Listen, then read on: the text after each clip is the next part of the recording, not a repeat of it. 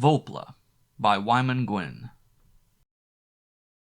There were 3 of them, dozens of limp little mutants that would have sent an academic zoologist into hysterics lay there in the metabolic accelerator. But there were 3 of them. My heart took a great bound. I heard my daughter's running feet in the animal rooms and her roller skates banging at her side. I closed the accelerator and walked across to the laboratory door. She twisted the knob violently, trying to hit a combination that would work. I unlocked the door, held it against her, pushing, and slipped out so that, for all her peering, she could see nothing. I looked down on her tolerantly. "Can't adjust your skates?" I asked again. "Daddy, I've tried, and I just can't turn this old key tight enough." I continued to look down on her. "Well, Daddy, I can't." "Tightly enough?" "What?" "You can't turn this old key tightly enough." "That's what I said." "All right, wench, sit on this chair." I got down and shoved one saddle shoe into a skate. It fitted perfectly. I strapped her ankle and pretended to use the key to tighten the clamp. Volplas at last. 3 of them. Yet I had always been so sure I could create them that I had been calling them Volplas for 10 years. No, 12. I glanced across the animal room to where old Nijinsky thrust his graying head from a cage. I had called them Volplas since the day old Nijinsky's elongated arms and his cousin's lateral skin folds had given me the idea of a flying mutant. When Nijinsky saw me looking at him, he started a little tarantella about his cage. I smiled with nostalgia when the 5th fingers of his hands, 4 times as long as the others, uncurled as he spun about the cage. I turned to the fitting of my daughter's other skate. "Daddy?" "Yes?" "Mother says you're eccentric. Is that true?" "I'll speak to her about it." "Don't you know?" "Do you understand the word?"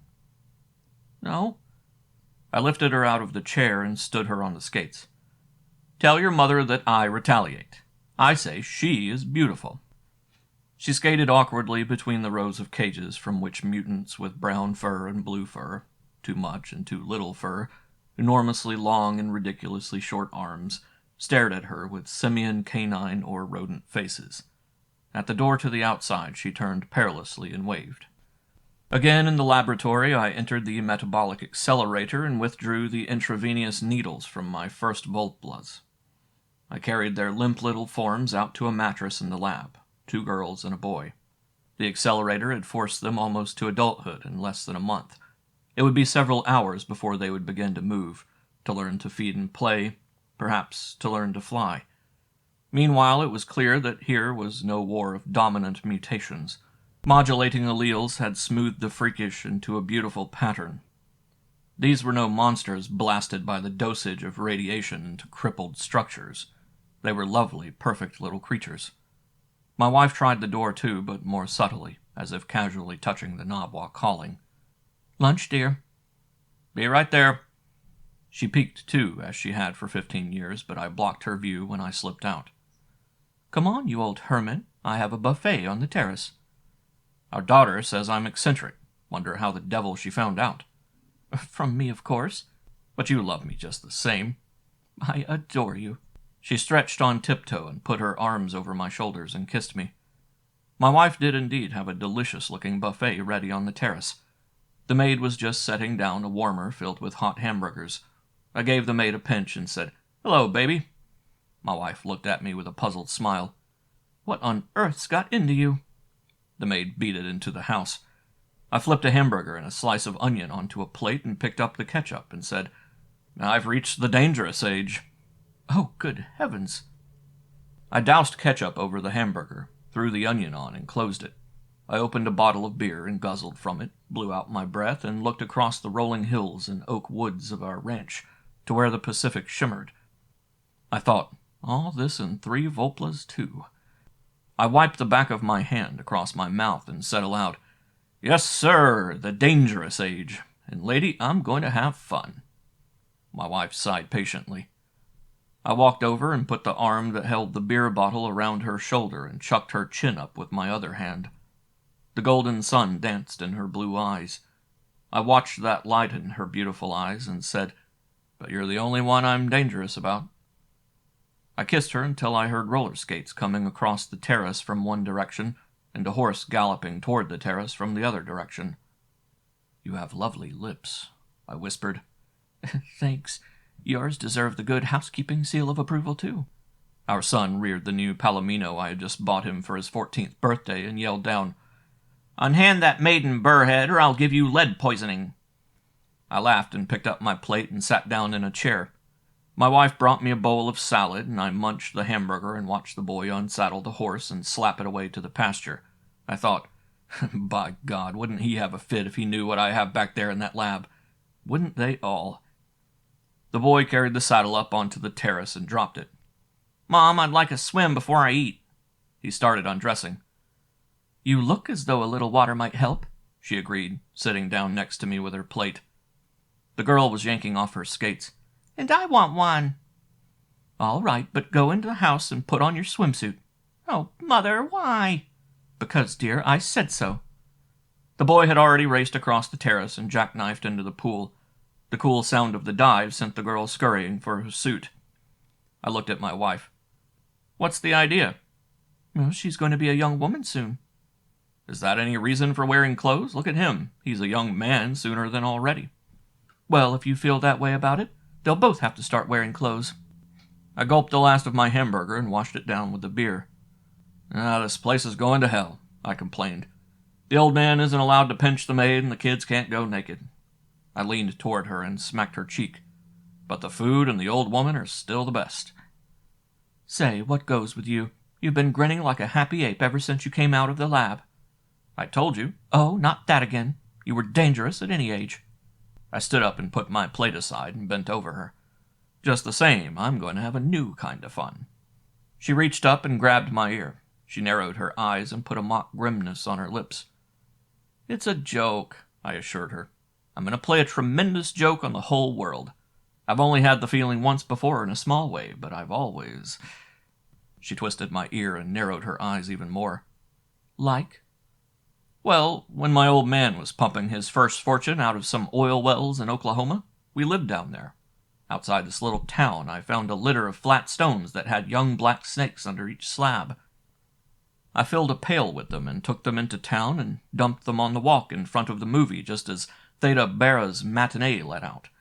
The best part was that no one had seen me do it. They just couldn't understand how so many snakes got there. I learned how great it can be to stand around quietly and watch people encounter the surprise that you had prepared for them." She let go of my ear.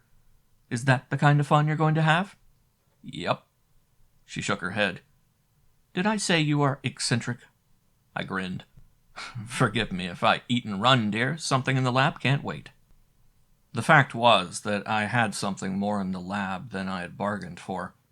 I had aimed only at a gliding mammal a little more efficient than the dusky glider of Australia, a marsupial. Even in the basic mutating colony, there had been a decidedly simian appearance in recent years, a long shift from the garbage dump rats I had started with. But my first Volplas were shockingly humanoid. They were also much faster than had been their predecessors in organizing their nervous activity after the slumberous explosion of growth in the metabolic accelerator. When I returned to the lab, they were already moving about on the mattress and the male was trying to stand. He was a little larger and stood 28 inches high. Except for the face, chest, and belly, they were covered with a soft, almost golden down. Where it was bare of this golden fur, the skin was pink. On their heads and across the shoulders of the male stood a shock of fur as soft as a chinchilla. The faces were appealingly humanoid, except that the eyes were large and nocturnal. The cranium was in the same proportion to the body as it is in the human. When the male spread his arms, the span was 48 inches. I held his arms out and tried to tease the spars open. They were not new. The spars had been common to the basic colony for years and were the result of serial mutations affecting those greatly elongated fifth fingers that had first appeared in Nijinsky. No longer jointed like a finger, the spar turned backward sharply and ran alongside the wrist almost to the elbow. Powerful wrist muscles could snap it outward and forward. Suddenly, as I teased the male Volpla, this happened. The spars added 9 inches on each side to his span. As they swept out and forward, the lateral skin that had till now hung in resting folds was tightened in a golden plane that stretched from the tip of the spar to his waist and continued 4 inches wide down his legs to where it anchored at the little toe. This was by far the most impressive plane that had appeared till now. It was a true gliding plane, perhaps even a soaring one. I felt a thrill run along my back. By 4 o'clock that afternoon I was feeding them solid food, and with the spars closed they were holding little cups and drinking water from them in a most human-like way. They were active, curious, playful, and decidedly amorous. Their humanoid qualities were increasingly apparent. There was a lumbar curvature in buttocks. The shoulder girdle and pectoral muscles were heavy and out of proportion, of course, yet the females had only 1 pair of breasts. The chin and jaw were human-like instead of simian, and the dental equipment was appropriate to this structure. What this portended was brought home to me with a shock. I was kneeling down on the mattress, cuffing and roughing the male as one might a puppy dog, when one of the females playfully climbed up my back. I reached around and brought her over my shoulder and sat her down. I stroked the soft fur on her head and said, "Hello, pretty one. Hello." The male watched me, grinning. He said, "Hello, hello." As I walked into the kitchen, giddy with this enormous joke, my wife said, "Guy and Em are flying up for dinner. That rocket of Guy's they launched in the desert yesterday was a success. It pulled Guy up to Cloud 9, and he wants to celebrate."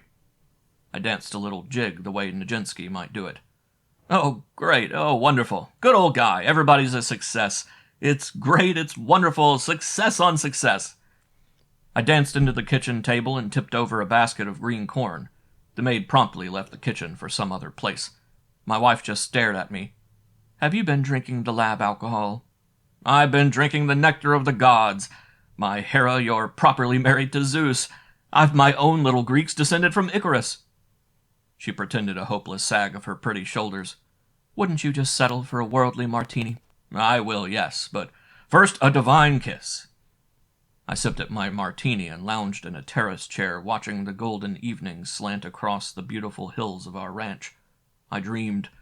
I would invent a euphonious set of words to match the basic English vocabulary, and teach it to them as their language.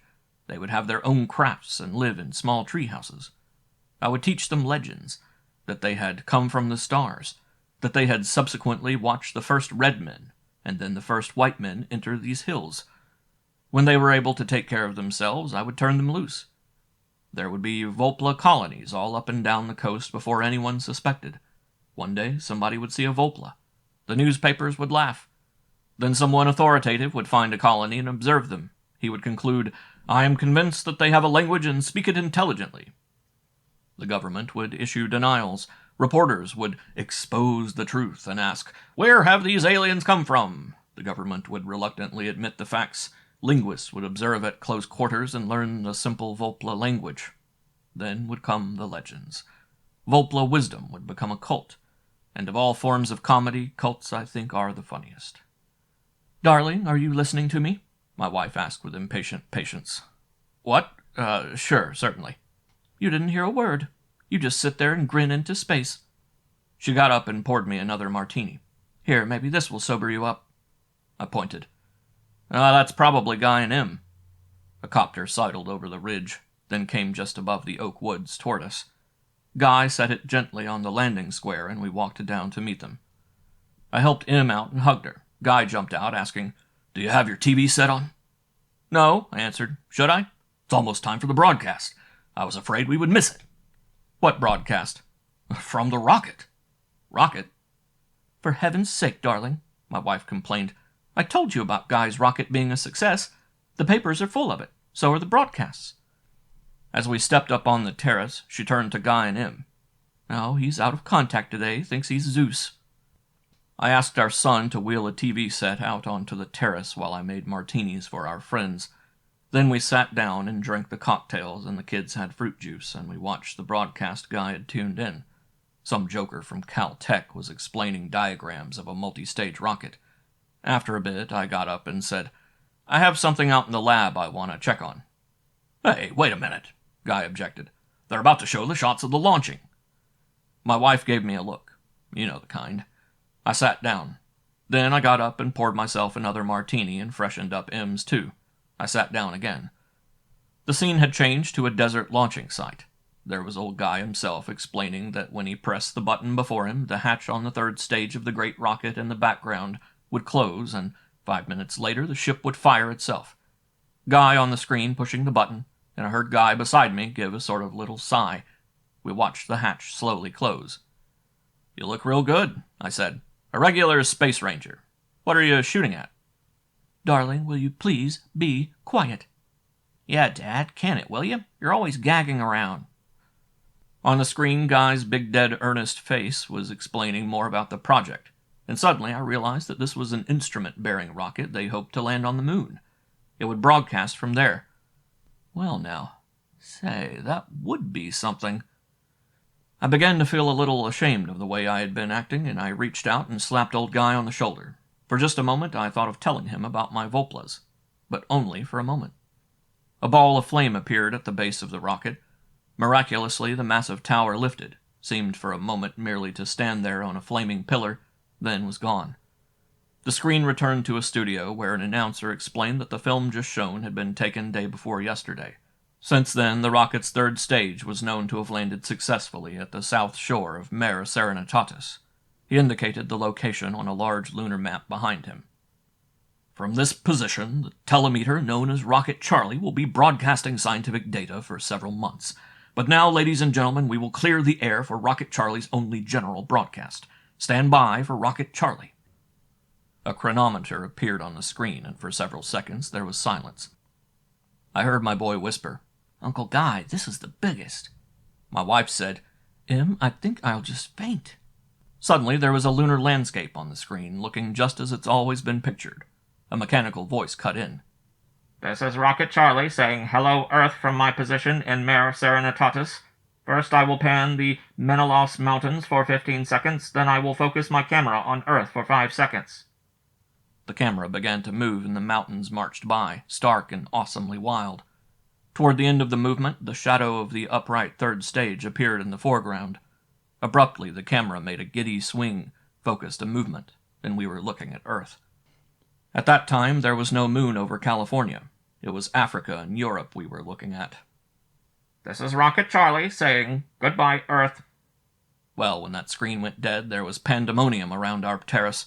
Big old Guy was so happy. He was wiping tears from his eyes. The women were kissing him and hugging him. Everybody was yelling at once. I used the metabolic accelerator to cut the Volpla's gestation down to 1 week. Then I used it to bring the infants to maturity in 1 month. I had luck right off. Quite by accident, the majority of the early infants were females, which sped things up considerably. By the next spring, I had a colony of over 100 Volplas, and I shut down the accelerator. From now on, they could have babies their own way. I had devised the language for them using basic English as my model, and during the months while every female was busy in the metabolic accelerator, I taught the language to the males. They spoke it softly in high voices, and the 800 words didn't seem to tax their little skulls a bit. My wife and the kids went down to Santa Barbara for a week, and I took the opportunity to slip the oldest of the males and his 2 females out of the lab. I put them in the Jeep beside me and drove to a secluded little valley about a mile back in the ranch. They were all 3 wide-eyed at the world and jabbered continuously. They kept me busy relating their words for tree, rock, sky to the objects. They had a little trouble with sky. Until I had them out in the open country, it had been impossible to appreciate fully what lovely little creatures they were. They blended perfectly with the California landscape. Occasionally, when they raised their arms, the spars would open and spread those glorious plains. Almost 2 hours went by before the male made it into the air. His playful curiosity about the world had been abandoned momentarily, and he was chasing one of the girls. As usual, she was anxious to be caught and stopped abruptly at the bottom of a little knoll. He probably meant to dive for her, but when he spread his arms, the spars snapped out and those golden plains sheared into the air. He sailed over her in a stunning sweep. Then he rose up until he hung in the breeze for a long moment, 30 feet above the ground. He turned a plaintive face back to me, dipped worriedly, and skimmed straight for a thorn bush. He banked instinctively, whirled toward us in a golden flash, and crashed with a bounce to the grass. The 2 girls reached him before I did, and stroked and fussed over him so that I could not get near. Suddenly he laughed with a shrill little whoop. After that it was a carnival. They learned quickly and brilliantly. They were not flyers, they were gliders and soarers. Before long they took agilely to the trees and launched themselves in beautiful glides for hundreds of feet, banking, turning, and spiraling to a gentle halt. I laughed out loud with anticipation. Wait till the first pair of these was brought before a sheriff. Wait till reporters from the Chronicle motored out into the hills to witness this. Of course, the Volplas didn't want to return to the lab. There was a tiny stream through there, and at one point it formed a sizable pool. They got into this and splashed their long arms about, and they scrubbed each other. Then they got out and lay on their backs with the plains stretched to dry. I watched them affectionately and wondered about the advisability of leaving them out here. Well, it had to be done sometime. Nothing I could tell them about surviving would help them as much as a little actual surviving. I called the male over to me. He came and squatted, conference fashion, the elbows resting on the ground, the wrists crossed at the chest. He spoke first. Before the real men came, did we live here? You lived in places like this, all along these mountains. Now there are very few of you left. Since you have been staying at my place, you naturally have forgotten the ways of living outdoors. We can learn again. We want to stay here. His little face was so solemn and thoughtful that I reached out and stroked the fur on his head reassuringly. We both heard the whir of wings overhead. 2 mourning doves flew across the stream and landed in an oak on the opposite hillside. I pointed. There's your food if you can kill it. He looked at me. How? I don't think you can get at them in the tree. You'll have to soar up above and catch one of them on the wing when they fly away. Think you can get up that high? He looked around slowly at the breeze playing in the branches and dancing along the hillside grass. It was as if he had been flying 1,000 years and was bringing antique wisdom to bear. I can get up there. I can stay for a while. How long will they be up in the tree? Chances are they won't stay long. Keep your eye on the tree in case they leave while you are climbing. He ran to a nearby oak and clambered aloft. Presently he launched himself, streaked down valley away, and caught a warm updraft on a hillside. In no time he was up about 200 feet. He began crisscrossing the ridge, working his way back to us.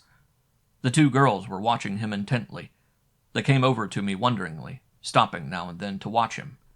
When they were standing beside me, they said nothing. They shaded their eyes with their tiny hands and watched him as he passed directly above us at about 250 feet. One of the girls, with her eyes fast on his soaring planes, reached out and grasped my sleeve tightly. He flashed high above the stream and hung behind the crest of the hill where the doves rested. I heard their mourning from the oak tree. It occurred to me that they would not leave that safety while the hawk-like silhouette of the Volpla marred the sky so near. I took the girl's hand from my sleeve and spoke to her, pointing as I did so. He is going to catch a bird. The bird is in that tree. You can make the bird fly so that he can catch it. Look here. I got up and found a stick. Can you do this? I threw the stick up into a tree near us. Then I found her a stick.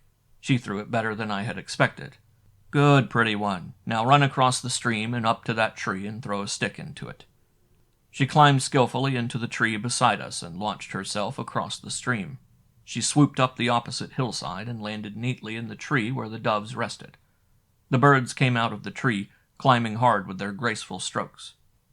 I looked back, as did the girl remaining beside me. The soaring Volpla half closed his planes and started dropping. He became a golden flash across the sky. The doves abruptly gave up their hard climbing and fell away with swiftly beating wings. I saw one of the male Volpla's planes open a little. He veered giddily in the new direction, and again dropped like a molten arrow. The doves separated and began to zigzag down the valley. The Volpla did something I would not have anticipated. He opened his planes and shot lower than the bird he was after, then swept up and intercepted the bird's crossward flight. I saw the planes close momentarily. Then they opened again, and the bird plummeted to a hillside. The Volpla landed gently atop the hill and stood looking back at us. The Volpla beside me danced up and down, shrieking in a language all her own. The girl who had raised the birds from the tree Volplaned back to us, yammering like a blue jay. It was a hero's welcome. He had to walk back, of course. He had no way to carry such a load in flight. The girls glided out to meet him. Their lavish affection held him up for a time, but eventually he strutted in like every human hunter. They were raptly curious about the bird. They poked at it, marveled at its feathers, and danced about it in an embryotic rite of the hunt. But presently the male turned to me. We eat this?" I laughed and took his tiny four-fingered hand. In a sandy spot beneath a great tree that overhung the creek, I built a small fire for them. This was another marvel, but first I wanted to teach them how to clean the bird. I showed them how to spit it and turn it over in their fire. Later I shared a small piece of the meat in their feast. They were gleeful and greasily amorous during the meal. When I had to leave, it was dark. I warned them to stand watches, keep the fire burning low, and take to a tree above if anything approached. The male walked a little way with me when I left the fire. I said again, "Promise me you won't leave here until we've made you ready for it." "We like it here. We will stay. Tomorrow you bring more of us?" "Yes, I will bring many more of you, if you promise to keep them all here in this woods until they're ready to leave." "I promise." He looked up at the night sky, and in the firelight I saw his wonder. "You say we came from there?" "The old ones of your kind told me so. Didn't they tell you?" "I can't remember any old ones. You tell me." "The old ones told me you came long before the red men in a ship from the stars." Standing there in the dark, I had to grin, visioning the Sunday supplements that would be written in about a year, maybe even less. He looked into the sky for a long time. "Those little lights are the stars?" "That's right." "Which star?" I glanced about and presently pointed over a tree. "From Venus." Then I realized I had blundered by passing him an English name. "In your language, Pota." He looked at the planet a long time and murmured, "Venus, Pota." That next week I transported all of the Volplas out to the oak woods. There were 107 men, women, and children. With no design on my part, they tended to segregate into groups consisting of 4 to 8 couples together with the current children of the women. Within these groups the adults were promiscuous, but apparently not outside the group. The group thus had the appearance of a superfamily, and the males indulged and cared for all the children without reference to actual parenthood. By the end of the week, these superfamilies were scattered over about 4 square miles of the ranch. They had found a new delicacy, sparrows, and hunted them easily as they roosted at night. I had taught the Volplas to use the fire drill, and they were already utilizing the local grasses, vines, and brush to build marvelously contrived tree houses in which the young, sometimes the adults, slept through midday and midnight. The afternoon my family returned home, I had a crew of workmen out tearing down the animal rooms and lab building. The caretakers had anesthetized all the experimental mutants, and the metabolic accelerator and other lab equipment was being dismantled. I wanted nothing around that might connect the sudden appearance of the Volplas with my property. It was already apparent that it would take the Volplas only a few more weeks to learn their means of survival and develop an embryotic culture of their own. Then they could leave my ranch and the fun would be on. My wife got out of the car and looked around at the workmen hurrying about the disemboweled buildings, and she said, "What on earth is going on here?" "I've finished my work, and we no longer need the buildings. I'm going to write a paper about my results." My wife looked at me appraisingly and shook her head.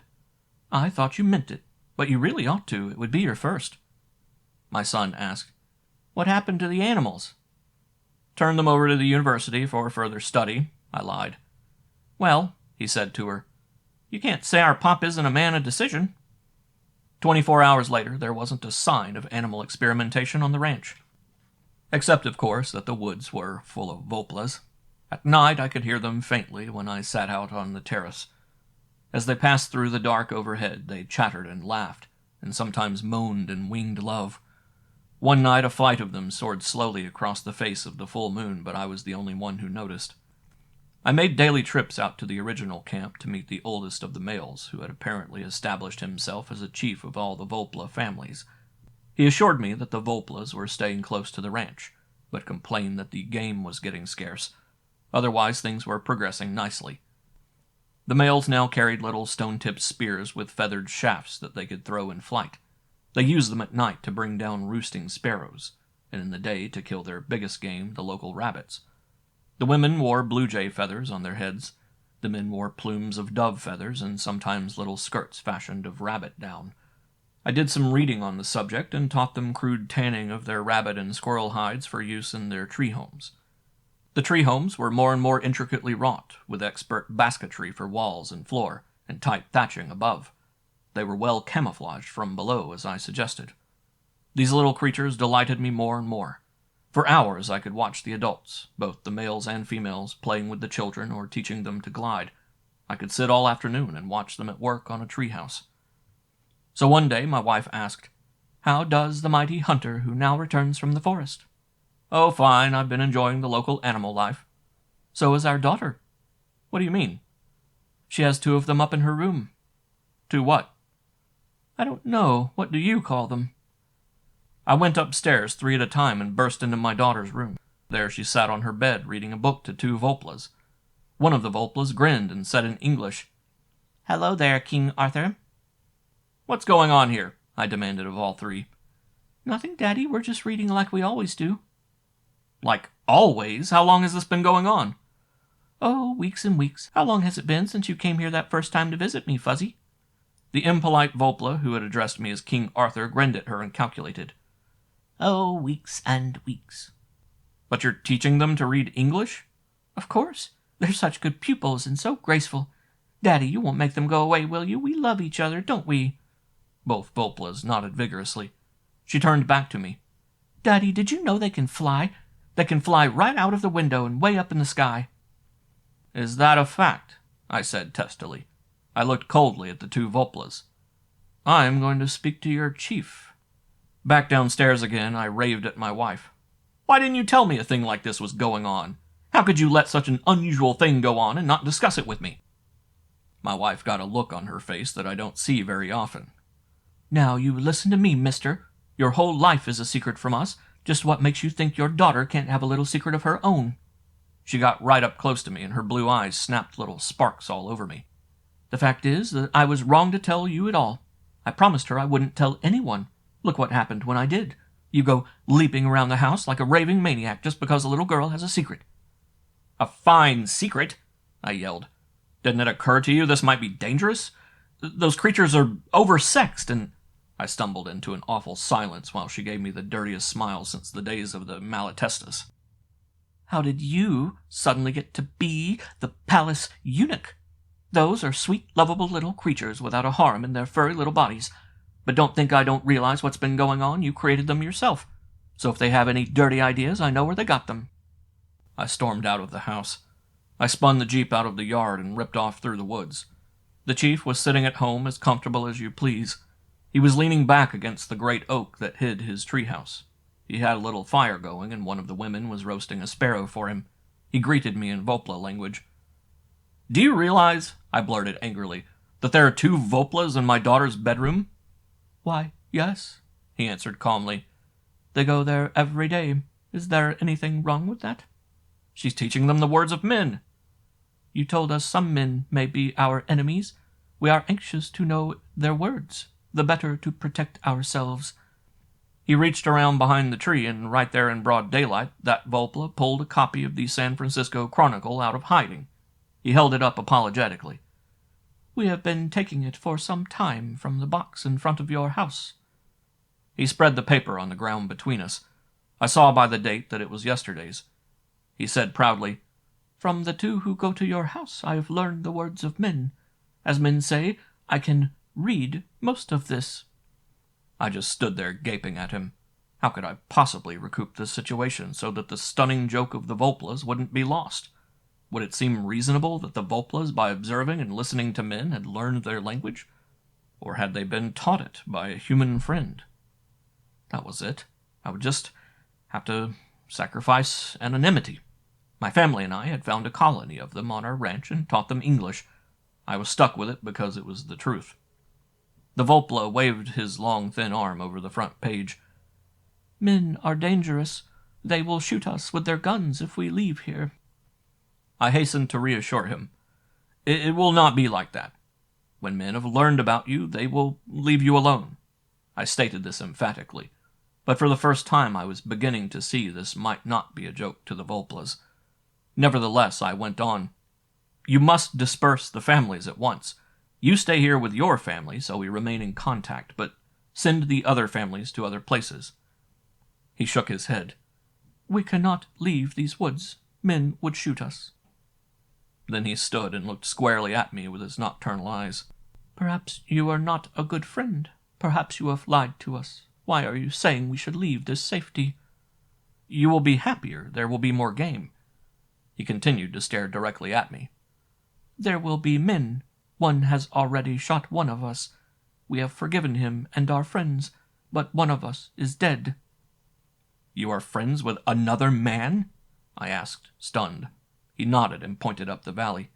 He is up there today with another family. Let's go. He had the advantage of short glides, but the Volpla chief couldn't keep up with me. Sometimes trotting, sometimes walking fast, I got way ahead of him. My heart breathing arose as much out of my anxiety about the manner of handling this stranger as it did out of the exertion. I rounded a bend in the creek, and there was my son sitting on the grass near a cooking fire, playing with a baby Volpla and talking in English to an adult Volpla who stood beside him. As I approached, my son tossed the baby into the air. The tiny planes opened, and the baby drifted down to his waiting hands. He said to the Volpla beside him, "No, I'm sure you didn't come from the stars. The more I think about it, the more I'm sure my father—" I yelled from behind them. What business do you have telling them that? The male Volpla jumped about 2 feet. My son turned his head slowly and looked at me. Then he handed the baby to the male and stood up. You haven't any business out here. I was seething. He had destroyed the whole store of Volpla legends with one small doubt. He brushed the grass from his trousers and straightened. The way he was looking at me, I felt my anger turning to a kind of jelly. Dad, I killed one of these little people yesterday. I thought he was a hawk, and I shot him when I was out hunting. I wouldn't have done that if you had told me about them. I couldn't look at him. I stared at the grass, and my face got hot. The chief tells me that you want them to leave the ranch soon. You think you're going to play a big joke, don't you? I heard the chief come up behind me and stand quietly at my back. My son said softly, I don't think it's much of a joke, Dad. I had to listen to that one crying after I hit him. There were big black trail ants moving in the grass. It seemed to me there was a ringing sound in the sky. I raised my head and looked at him. Son, let's go back to the Jeep and we can talk about it on the way home. I'd rather walk. He sort of waved to the Volpla he had been talking to and then to the chief. He jumped the creek and walked away into the oak woods. The Volpla holding the baby stared at me. From somewhere far up the valley, a crow was cawing. I didn't look at the chief. I turned and brushed past him and walked back to the Jeep alone. At home, I opened a bottle of beer and sat on the terrace to wait for my son. My wife came toward the house with some cut flowers from the garden, but she didn't speak to me. She snapped the blades of the scissors as she walked. A Volpla soared across the terrace and landed at my daughter's bedroom window. He was there only briefly and relaunched himself. He was followed from the window in moments by the 2 Volplas I had left with my daughter earlier in the afternoon. I watched them with a vague unease as the 3 veered off to the east, climbing effortlessly. When I finally took a sip of my beer, it was already warm. I set it aside. Presently, my daughter ran out onto the terrace. Daddy, my Volplas left. They said goodbye, and we hadn't even finished the TV show. They said they won't see me again. Did you make them leave? No, I didn't. She was staring at me with hot eyes. Her lower lip protruded and trembled like a pink teardrop. Daddy, you did so. She stomped into the house, sobbing. My God, in one afternoon I had managed to become a palace eunuch, a murderer, and a liar. Most of the afternoon went by before I heard my son enter the house. I called to him, and he came out and stood before me. I got up. Son, I can't tell you how sorry I am for what happened to you. It was my fault, not yours at all. I only hope you can forget the shock of finding out what sort of creature you had hit. I don't know why I didn't anticipate that such things would happen. It was just that I was so intent on mystifying the whole world that I stopped. There wasn't anything more to say. Are you going to make them leave the ranch? He asked. I was aghast. After what has happened? Gee, what are you going to do about him, Dad? I've been trying to decide. I don't know what I should do that will be best for him. I looked at my watch. Let's go back out and talk to the chief. His eyes lighted, and he clapped me on the shoulder, man to man. We ran out and got into the Jeep and drove back up the valley. The late afternoon sun glared across the landscape. We didn't say much as we wound up the valley between the darkening trees. I was filled more and more with the unease that had seized me as I watched the 3 Volplas leave my terrace and climb smoothly and purposefully into the east. We got out at the chief's camp, and there were no Volplas around. The fire had burned down to a smolder. I called in the Volpla language, but there was no answer. We went from camp to camp and found dead fires. We climbed to their tree houses and found them empty. I was sick and scared. I called endlessly till I was hoarse. At last, in the darkness, my son put a hand on my arm. "What are you going to do, Dad?" Standing there in those terribly silent woods, I trembled. I'll have to call the police and the newspapers and warn everybody. "Where do you suppose they've gone?" I looked to the east, where the stars, rising out of the great pass in the mountains, glimmered like a deep bowl of fireflies. The last 3 I saw were headed that way. We had been gone from the house for hours. When we stepped out onto the lighted terrace, I saw the shadow of a helicopter down on the strip. Then I saw Guy sitting near me in a chair. He was holding his head in his hands. Em was saying to my wife, "He was beside himself. There wasn't a thing he could do. I had to get him away from there, and I thought you wouldn't mind if we flew over here and stayed with you till they've decided what to do." I walked over and said, "Hello, Guy, what's the matter?" He raised his head and then stood and shook hands. "Oh, it's a mess. The whole project will be ruined, and we don't dare go near it. Just as we set it off." "Set what off?" "The rocket." "Rocket?" Guy groaned. "The Venus rocket. Rocket Herald." My wife interjected. "I was telling Guy we didn't know a thing about it because they haven't delivered our paper in weeks. I've complained." I waved her to silence. "Go on," I demanded of Guy. "Just as I pushed the button and the hatch was closing, a flock of owls circled the ship. They started flying through the hatch, and somehow they jammed it open." Em said to my wife, "There must have been 100 of them. They kept coming and flying into that hatch. Then they began dumping out all the recording instruments. The men tried to run a motor-driven ladder up the ship, and those owls hit the driver on the head and knocked him out with some kind of instrument." Guy turned his grief-stricken face to me. "Then the hatch closed, and we don't dare go near the ship. It was supposed to fire in 5 minutes, but it hasn't. Those damned owls could have—" There was a glare in the east. We all turned and saw a brief streak of gilt pencil its way up the black velvet beyond the mountains. "That's it!" Guy shouted. "That's the ship!" Then he moaned. "Oh, a total loss!" I grabbed him by the shoulders. "You mean it won't make it to Venus?" He jerked away in misery. "Sure, it'll make it. The automatic controls can't be tampered with. But the rocket is on its way without any recording instruments or TV aboard. Just a load of owls." My son laughed. "Owls. My dad can tell you a thing or two." I silenced him with a scowl. He shut up, then danced off across the terrace. Man, this is the biggest, the most, the greatest. The end." The phone was ringing. As I went to the box on the terrace, I grabbed my boy's arm. "Don't you breathe a word." He giggled. "The joke is on you, Pop. Why should I say anything? I'll just grin once in a while." "Now, you cut that out." He held on to my arm and walked toward the phone box with me, half convulsed. "Wait till men land on Venus and find Venusians with a legend about their great white father in California. That's when I'll tell." The phone call was from a screaming psychotic who wanted Guy. I stood near Guy while he listened to the excited voice over the wire. Presently, Guy said, No. The automatic controls will correct for the delay in firing. It isn't that. It's just that there aren't any instruments." "What? What just happened? Calm down. I can't understand you." I heard Em say to my wife, "You know, the strangest thing occurred out there.